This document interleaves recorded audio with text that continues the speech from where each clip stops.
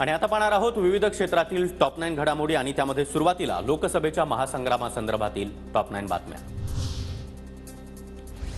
लोकसभा निवडणुकीसाठी पहिल्या टप्प्यातील मतदान। महाराष्ट्रामध्ये आज पूर्व विदर्भातील 5 मतदारसंघांमध्ये मतदान, तर देशभरामध्ये एकूण 102 जागांसाठी मतदान सुरू।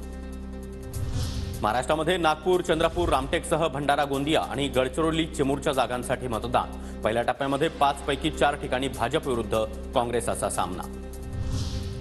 गडकरींनी कुटुंबियांसोबत बजावला मतदानाचा हक्क। प्रत्येकाने मतदानाचा अधिकार बजावला पाहिजे। लोकशाहीचा उत्सव आपण सर्वांनी साजरा करावा, गडकरी यांचं मतदारांना आवाहन। अधिकार बजावलेला आहे।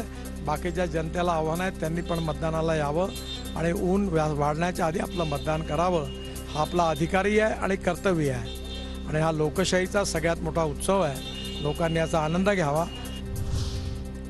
नागपूरचे काँग्रेसचे उमेदवार विकास ठाकरेंनी मतदानाचा हक्क बजावला। मतदानाची टक्केवारी वाढेल, विकास ठाकरे यांच्याकडून विश्वास व्यक्त। मतदान केलं आहे आणि नागपुरातली जनता सुद्धा 7 वाजेपासून मतदानाला निघाली आहे। मतदानाचं पर्सेंटेज वाढेल असं मला वाटत आहे ऊन असताना सुद्धा, कारण की जनतेमध्ये उत्सुकता आहे। नागपूरमध्ये उपमुख्यमंत्री देवेंद्र फडणवीस यांनी देखील मतदान केलेलं आहे। नितीन गडकरी आणि विकास ठाकरे यांच्या लोकसभेच्या लढतीमध्ये फडणवीसांचं पत्नी अमृता फडणवीस आणि आईसह मतदान।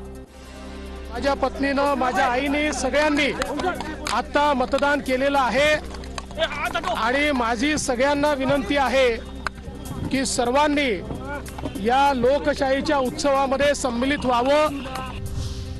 भंडाऱ्यामध्ये काँग्रेसचे प्रदेशाध्यक्ष नाना पटोले आणि शिंदे गटाचे आमदार नरेंद्र भोंडेकर यांनी बजावला मतदानाचा हक्क। लोकशाही बळकट करण्यासाठी मतदान करा, भोंडेकर यांचं नागरिकांना आवाहन। प्रफुल्ल पटेल यांनी देखील मतदानाचा हक्क बजावला। भंडारा गोंदिया लोकसभा निवडणुकीसाठी प्रफुल्ल पटेल यांच्याकडून सहकुटुंब मतदान।